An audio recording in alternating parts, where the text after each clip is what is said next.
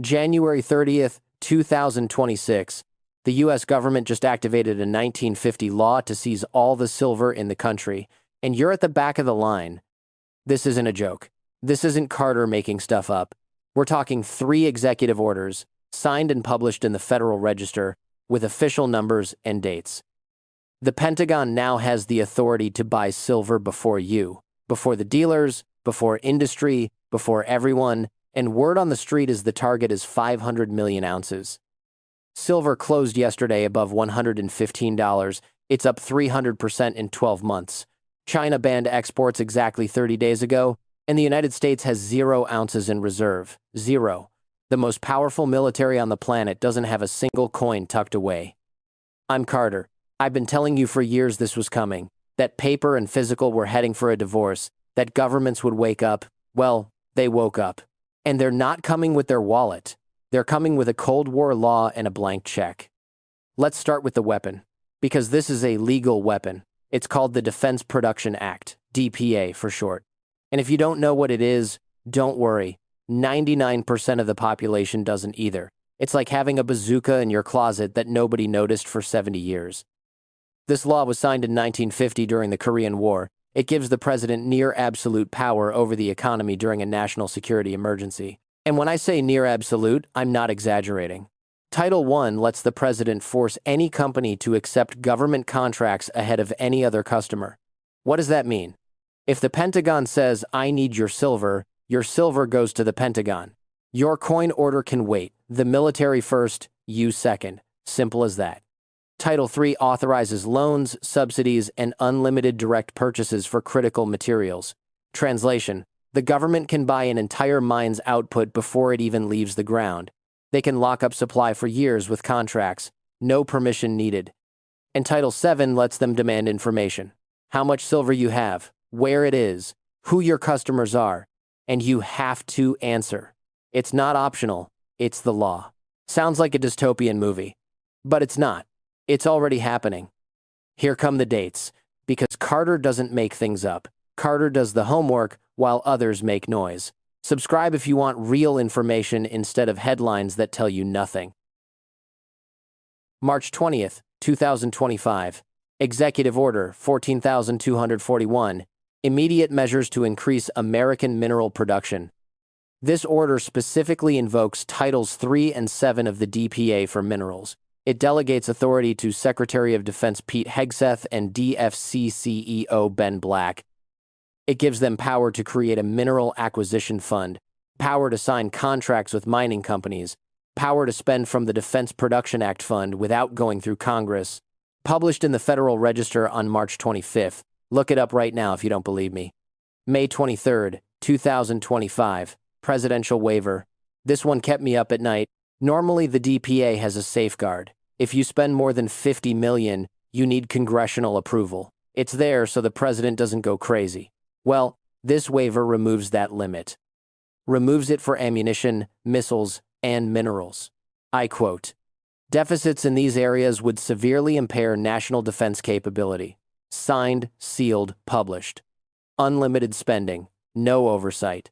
For an emergency, the president himself declared in January. In November 2025, the USGS publishes the new critical minerals list. Guess what metal shows up for the first time? Silver. Right alongside copper and uranium. It's official now. Silver is a critical mineral for national security.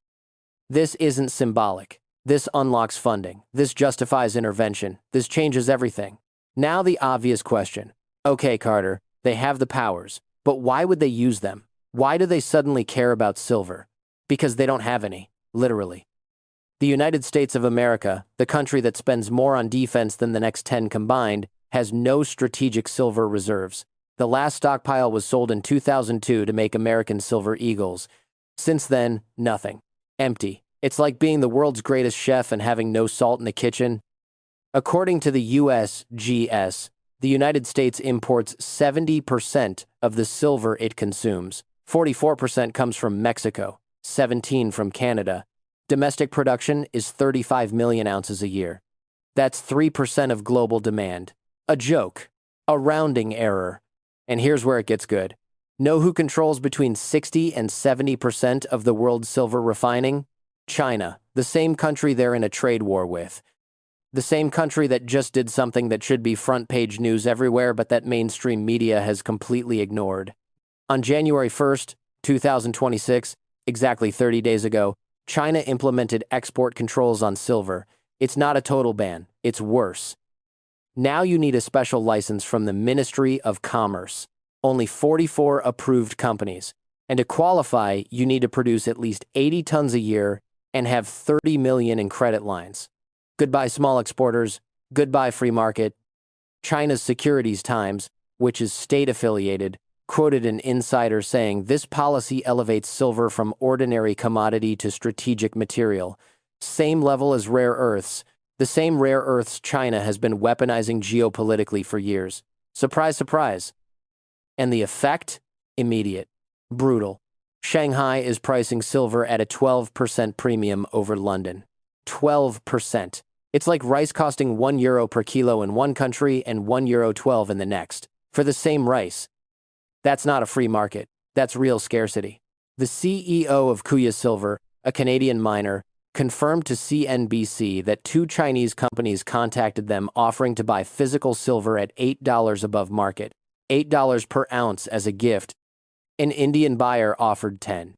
When someone's offering 10 extra dollars for something that supposedly has plenty of supply, something doesn't add up.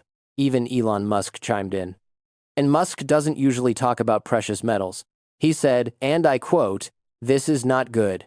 Silver is needed in many industrial processes. When the guy building electric cars and space rockets is worried about silver supply, maybe you should pay attention. Just maybe."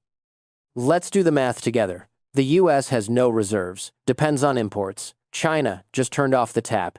The president signed emergency powers to buy silver with no limits, all in the last 10 months. Coincidence? Carter doesn't believe in coincidences. Carter believes in incentives, and the incentives here are crystal clear. Now we're getting into hot territory. What's being whispered? What's circulating in industry corridors? This isn't officially confirmed, but the sources are serious, and you need to know. Word is the Department of Defense, working with the DFC, is preparing the largest strategic silver acquisition in American history. The number floating around is 500 million ounces. Let that sink in. 500 million ounces. That's 6 years of total U.S. mine production. That's a third of the global investment inventory. That's 4 times all the metal registered on COMEX available for delivery. Speaking of COMEX, here's a detail almost nobody is covering. In the first 2 weeks of January, in just 7 days, 33 million ounces of physical silver were withdrawn for delivery. 33 million. That's 26% of all registered inventory, gone in a week. Metal is leaving the vaults at a pace never seen before. Total COMEX inventory is 440 million ounces. Sounds like a lot.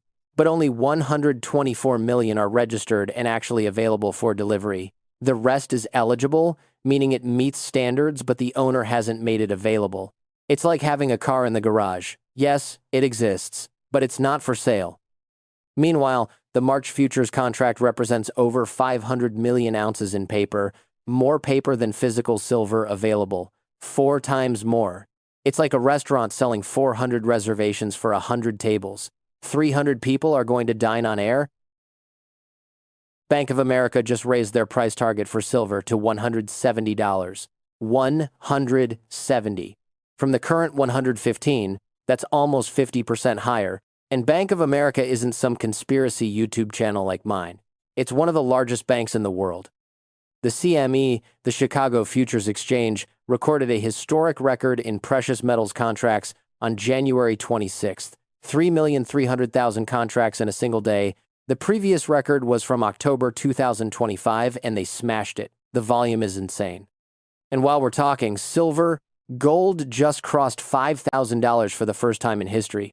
5,000. Deutsche Bank and Société Générale are predicting 6,000 by year-end. Precious metals are in panic mode, and silver, which historically amplifies gold's moves, is leading the charge. But why is the Pentagon specifically so interested? Because silver is the metal of modern warfare. And this isn't Carter saying it. This is what defense documents say. Silver has the highest electrical conductivity of any element. Nothing beats it, period. That makes it irreplaceable in applications where performance matters more than cost.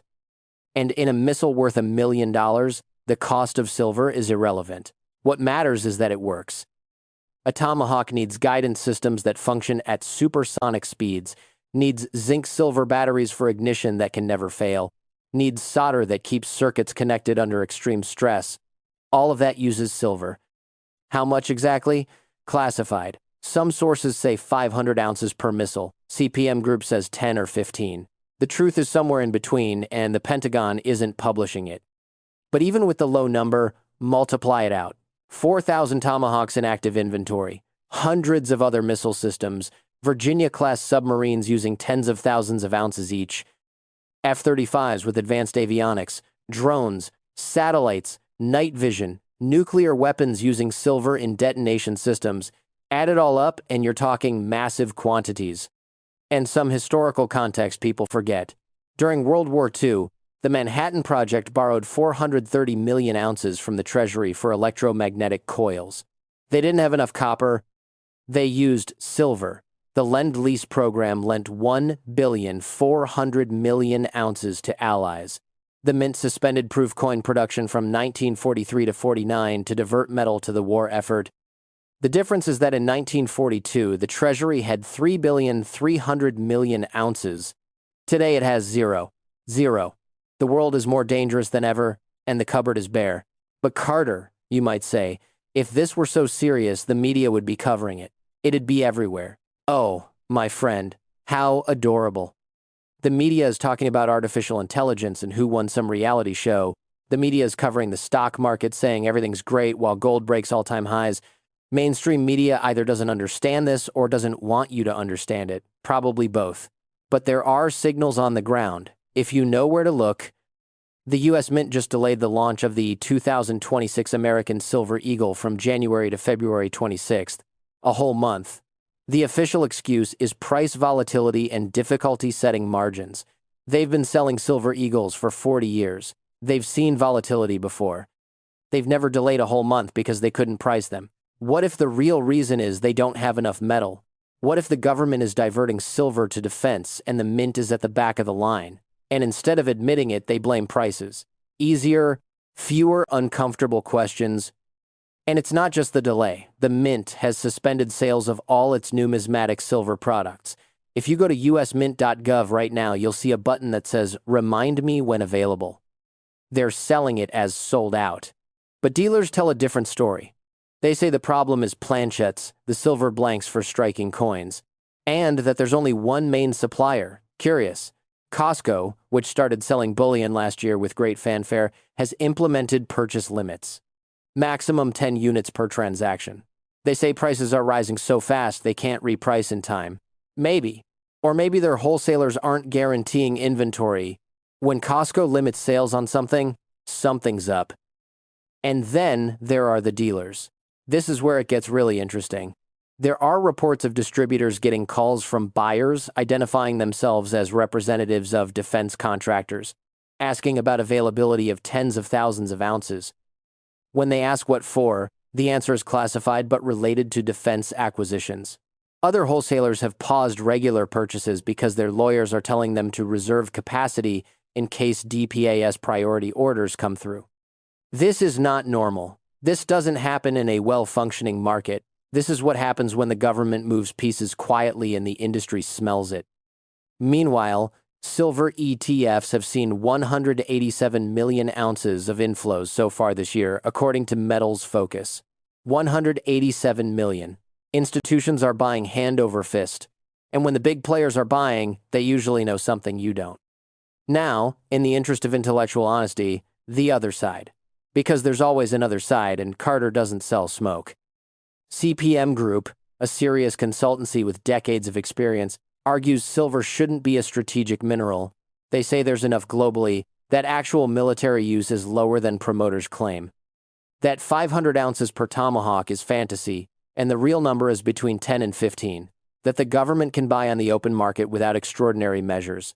It's a reasonable argument. They might be right about the specific numbers, but there's a big problem with that reasoning. It assumes the open market will keep functioning, that you can go buy whenever you want, that your suppliers will keep selling. China just proved that assumption can evaporate in 24 hours.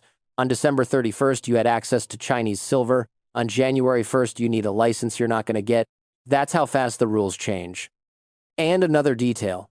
The market has been in structural deficit for 5 years. 5 years. This isn't conspiracy Carter saying it. This is the Silver Institute in their World Silver Survey. Cumulative deficit since 2021, 820 million ounces. Almost a full year of global production consumed from existing inventories without being replaced. Industrial demand this year will exceed 700 million ounces for the first time. Solar panels, electric vehicles, semiconductors, 5G. Everything needs silver. And mine production is flat at 813 million. It's not going up. It can't easily go up. Why? Because 75% of silver comes as a byproduct from copper and zinc mines. If the silver price multiplies by 10, silver mines don't magically appear. Supply is structurally inelastic. That's how it works. So what could happen? 3 scenarios. Scenario 1. Voluntary cooperation. The government negotiates contracts with miners, does buybacks at attractive prices, gets its silver without civilian restrictions. The market adjusts. Everyone's happy. It's the optimistic scenario. Also the least likely given how things are going. Scenario 2. Forced allocation. The government activates DPAS ratings aggressively. Defense gets priority. Civilians fight over scraps. Premiums skyrocket. The market technically still exists, but distorted. Physical becomes scarce. Paper settles in cash because there's no metal to deliver. This is the likely scenario. Scenario 3. Emergency acquisition. A crisis triggers total powers. War with China. COMEX collapse. Run on physical. The government freezes civilian sales. Orders sales at fixed prices. Confiscates what it considers excess. Sound like science fiction? Executive Order 6102, April 1933. Roosevelt banned owning gold. Americans had to turn it in under penalty of 10 years in prison. The legal framework exists. It's been used. It's been upheld by courts. The national emergency is already declared. Carter isn't saying it will happen. Carter is saying it can happen. And the guy who doesn't prepare for unlikely but possible scenarios is the one crying later. So what is Carter doing? Look, I'm not your financial advisor. I don't know your situation. I don't know how much you have or what you need. What I can do is tell you what I do. I don't sell my physical silver, no matter the price. Whether it goes to 200 or drops to 80, physical silver is insurance. Protection against scenarios that hopefully won't happen but are clearly possible. I have it because the government wants it. And when the government wants something you have, it's usually a good idea to have it. I avoid paper, SLV, futures, unallocated accounts. All of that is a promise that someone will give you silver when you ask for it. If they activate DPAS priorities, if COMEX empties out, if there's force majeure, that promise becomes a check for the cash value on the day they decided they couldn't deliver metal. Thanks for playing. Paper is a claim. Physical is silver. They're not the same. And I pay attention to the signals, to the mint delay, to the Costco limits, to the Shanghai premiums, to the wholesaler pauses, to the 33 million ounces leaving COMEX in a week. The market talks if you know how to listen, and right now it's screaming. I'm not telling you this to scare you. I'm telling you so you can make an informed decision. So you're not blindsided by a headline 3 months from now about acquisition controls or civilian restrictions that sound impossible today but have the entire legal framework already in place. Maybe none of this happens. Maybe the government gets its silver without touching the civilian market. Maybe China relaxes controls. Maybe new mines appear. I hope so.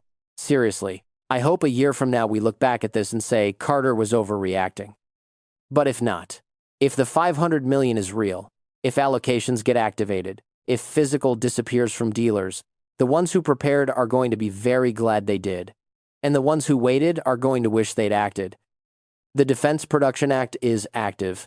Powers delegated. Emergency declared. China shut exports. No stockpile. 5 years of deficits. The mint delaying. COMEX draining. $115 an ounce after rising 300%. All of this is happening today, not tomorrow, today. The question is what you do with this information. Subscribe to keep getting what the media won't tell you. Hit like if this opened your eyes. Drop a comment with what you think. Do you think they'll restrict civilian access? Do you already have physical? Are you waiting for a correction? I want to know. This isn't a correction. It's a reset. Resets don't send warning letters. They just arrive. The ones who were ready survive. The ones who weren't learn the hard way. I'm Carter. See you in the next one. And remember, physical is the real price. Everything else is a promise.